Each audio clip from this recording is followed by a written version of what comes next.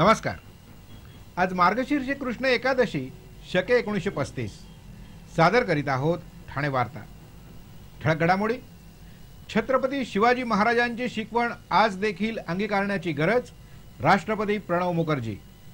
आयकर विभागाच्या सहआयुक्तांना 3.5 लाखांच्या लाच प्रकरणात 5 दिवसांची पोलीस कोठडी आणि ठाण्यातील आस्थापनांकडे भविष्य निर्वाह निधीची 30 कोटी रुपयाहून अधिक रकमेची थकबाकी।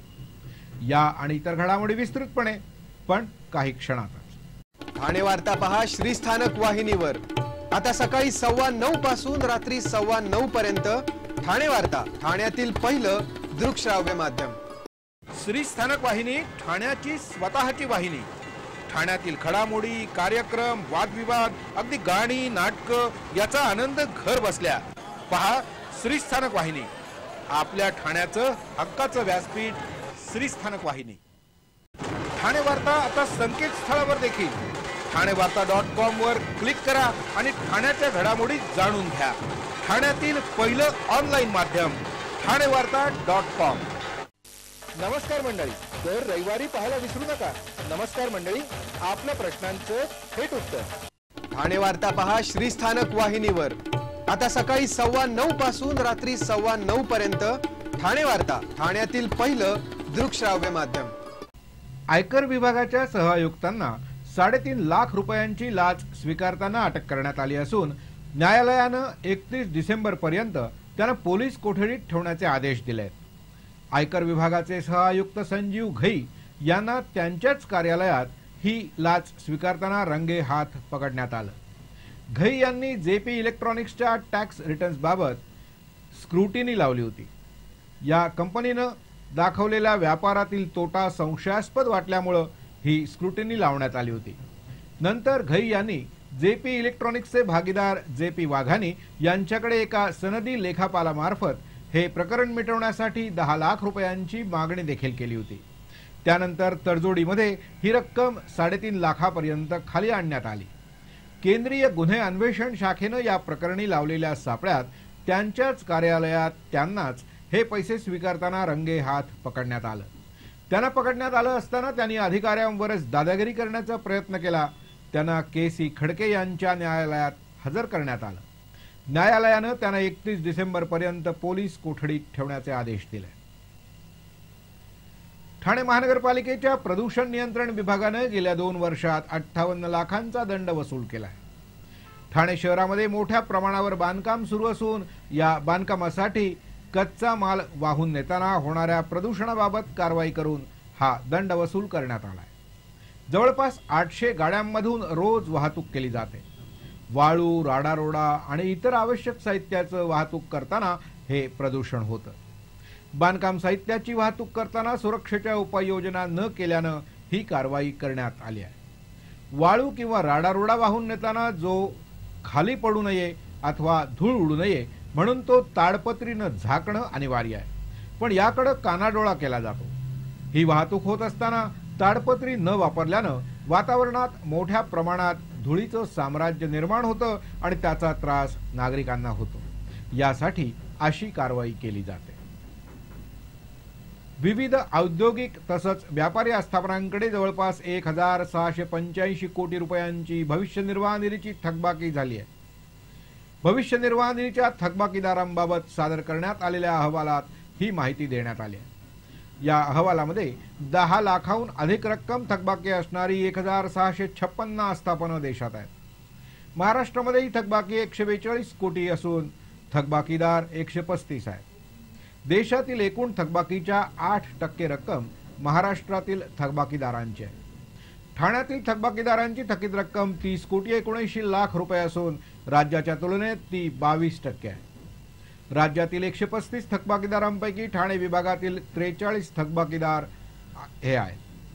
ठाण्यातील इनेक्स फायनान्शियल 3 कोटी, प्रिसिजन फास्टनर्स 3 कोटी, इंडियन डायस्टफ 1 कोटी 20 लाख, गोदरेज हाऊस होल्ड 1 कोटी 92 लाख, ठाकूर इन्फ्रा प्रोजेक्ट 1 कोटी 80 लाख, फर्थ India 36 lakh, Push India 13.25 lakh, Navneet Motors 34.5 lakh, Devidal Industries 39.25 lakh, Bharat Electronics 17.5 lakh, Oswal Petrochemicals 43 lakh, Raigad Military School 45 lakh, Vidyut Metallic 56.5 lakh अशी ठाण्यातील थकबाकीदारांची नावं या अहवालात नमूद आहेत। ठाणे वार्ता पहा श्रीस्थानक वाहिनीवर।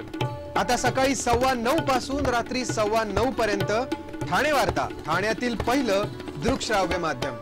आपला परिसर स्वच्छ आणि सुंदर ठेवण्यासाठी ठाणे महापालिकेत सहकार्य करा। ओला सुका कचरा वेगवेगळा जमा करा आणि रोगराईपासून मुक्तता मिळवा। ठाणे जिल्ह्यातील पहिलं दृकश्राव्य माध्यम आता इंटरनेटवर देखील पहा।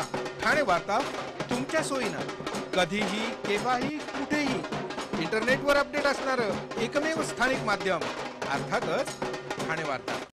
श्रीस्थानक वाहिनी ठाण्याची स्वतःची वाहिनी। ठाण्यातील घडामोडी, कार्यक्रम, वादविवाद, अगदी गाणी, नाटकं याचा आनंद घर बसल्या पहा। श्रीस्थानक वाहिनी, आपल्या ठाण्याचं हक्काचं व्यासपीठ श्रीस्थानक वाहिनी। डॉक्टर आणि रुग्णांचं पिढ्यानपिढ्यांचं जिव्हाळ्याचं नातं म्हणजेच डॉक्टर बेडेकर हॉस्पिटल। आता अत्याधुनिक सोयी सुविधा आणि तंत्रज्ञान युक्त वंध्यत्व निवारण केंद्रात IVF आणि टेस्ट ट्यूब बेबीची ही सुविधा। डॉक्टर बेडेकर हॉस्पिटल, महर्षी कर्वेपथ, ठाणे। 65 वर्षांची निरंतर सेवा। ठाणे वार्ता पहा श्रीस्थानक वाहिनीवर। आता सकाळी 9:15 पासून रात्री 9:15 पर्यंत ठाणे वार्ता, ठाण्यातील पहिलं दृकश्राव्य माध्यम। रणजी क्रिकेट स्पर्धा ठाण्यात व्हावी यासाठी क्रिकेटप्रेमींनीच पुढाकार घ्यावा असं आवाहन क्रिकेटपटू सुलक्षण कुलकर्णी यांनी आज केलंय। दादोजी कोंडदेव क्रीडा संकुलात झालेल्या NT केळकर स्मृती आंतरशालेय क्रिकेट स्पर्धेचा पारितोषिक वितरण समारंभात बोलताना त्यांनी हे आवाहन केलंय। ठाणे जिल्ह्यातील उत्तम क्रिकेटपटू आहेत, पण उत्तम मैदानांच्या अभावी ठाण्यात रणजी चषकाचे सामने झालेच नाहीत अशी खंत त्यांनी यावेळी बोलताना व्यक्त केली। या स्पर्धेचं विजेतेपद कल्याणच्या KC गांधी शाळेनं पटकावलं। KC गांधी शाळेनं डोंबिवलीच्या SV जोशी शाळेच्या संघाचा पराभव करून ही स्पर्धा जिंकली। या स्पर्धेत भाविंदर दर्जीची मालिकावीर म्हणून तर उत्कृष्ट फलंदाज अभिजित मोरे आणि उत्कृष्ट गोलंदाज म्हणून वेदांत खांबे यांचा गौरव करण्यात आला। छत्रपती शिवाजी महाराजांसारखा दूरदृष्टी ठेवणारा राज्यकर्ता भारतात झाला नाही, तेव्हा महाराजांचं कुशल आणि यशस्वी प्रशासन चालवण्याचं तंत्र राज्यकर्त्यांनी जोपासावं असं प्रतिपादन राष्ट्रपती प्रणव मुखर्जी यांनी ठाण्यात बोलताना केलंय। कळव्यामध्ये उभारण्यात आलेल्या छत्रपती शिवाजी महाराजांच्या पुतळ्याचं अनावरण राष्ट्रपती प्रणव मुखर्जी यांच्या हस्ते झालं, त्यावेळी ते बोलत होते। यावेळी आपल्या भाषणात त्यांनी छत्रपती शिवाजी महाराजांच्या उत्तम राज्यकारभाराचे दाखले देखील दिले। छत्रपती शिवाजी महाराजांनी आपल्या माणसाला महत्त्व दिलं आणि त्याची काळजी घेतली, त्यामुळेच ते लोकप्रिय झाले असं मुखर्जी यांनी सांगितलं। पण आपण छत्रपती शिवाजी महाराजांची शिकवण आणि त्यांनी निर्माण केलेली व्यवस्था विसरलो, त्यामुळेच आपला देश इंग्रजांच्या ताब्यात गेला। आपण जर महाराजांची शिकवण अंगीकारली असती तर आपल्याला पारतंत्र्यात जावंच लागलं नसतं। यावेळी त्यांनी छत्रपती शिवाजी महाराजांमधील गुणांचे दाखले देत छत्रपती शिवाजी महाराजांची आई जिजाबाई, संत तुकाराम, रामदास स्वामी यांची शिकवण त्यांनी अंगीकारली आणि अंमलात देखील आणली आणि त्यामुळेच त्यांना यश प्राप्त झालं असं आवर्जून सांगितलं। छत्रपती शिवाजी महाराजांनी कोणतंही विशेष शिक्षण घेतलं नव्हतं, पण त्यांचे प्रयत्न आणि कष्ट यामुळेच ते यशस्वीपणाने राज्य करू शकले असं राष्ट्रपती प्रणव मुखर्जी यांनी सांगितलं। यावेळी राज्यपाल के शंकर नारायणन, मुख्यमंत्री पृथ्वीराज चव्हाण, केंद्रीय कृषी मंत्री शरद पवार असे अनेक मान्यवर उपस्थित होते। छत्रपती शिवाजी महाराजांनी कधीही जातपात पाळली नाही। त्यांच्या सैन्यात देखील 18 पगड जातींचे मावळे होते। मुस्लिमांना देखील त्यांनी विशेष महत्त्व दिलं होतं असं शरद पवार यांनी सांगितलं। अरबी समुद्रामध्ये छत्रपती शिवाजी महाराजांचं स्मारक करण्यासाठी राज्य सरकार सर्वतोपरी प्रयत्न करत असून लवकरच या स्मारकाच्या आरेखनासाठी आंतरराष्ट्रीय पातळीवर एका भव्य स्पर्धेचं आयोजन केलं जाणार असल्याचं मुख्यमंत्री पृथ्वीराज चव्हाण यांनी यावेळी बोलताना सांगितलं। यावेळी छत्रपती शिवाजी महाराजांचा पूर्णाकृती पुतळा उभारणाऱ्या शिल्पकार केदार घाटे आणि नितीन गोराडे यांचा राष्ट्रपतींच्या हस्ते सत्कार करण्यात आला। राष्ट्रपतींच्या ठाण्यातील आगमनामुळे कळव्यातील सर्व रस्ते सकाळपासूनच रोखून धरण्यात आल्यानं सर्वसामान्य ठाणेकरांची मात्र बरीच कुचंबणा झाली। ठाणे वार्ता पहा श्रीस्थानक वाहिनीवर। आता सकाळी 9:15 पासून रात्री 9:15 पर्यंत ठाणे वार्ता, ठाण्यातील पहिलं दृकश्राव्य माध्यम। श्रीस्थानक वाहिनी ठाण्याची स्वतःची वाहिनी। ठाण्यातील घडामोडी, कार्यक्रम, वादविवाद, अगदी गाणी, नाटकं याचा आनंद घर बसल्या. पहा श्रीस्थानक वाहिनी, आपल्या ठाण्याचं हक्काचं व्यासपीठ. श्रीस्थानक वाहिनी. ठाणे वार्ता आता संकेतस्थळावर देखील ठाणेवार्ता.com वर क्लिक करा आणि ठाण्याच्या घडामोडी जाणून घ्या. ठाण्यातील पहिलं ऑनलाईन माध्यम ठाणेवार्ता.com. नमस्कार मंडळी, दर रविवारी पाहायला विसरू नका. नमस्कार मंडळी, आपल्या प्रश्नांचं थेट उत्तर ठाणे वार्ता पहा श्रीस्थानक वाहिनीवर.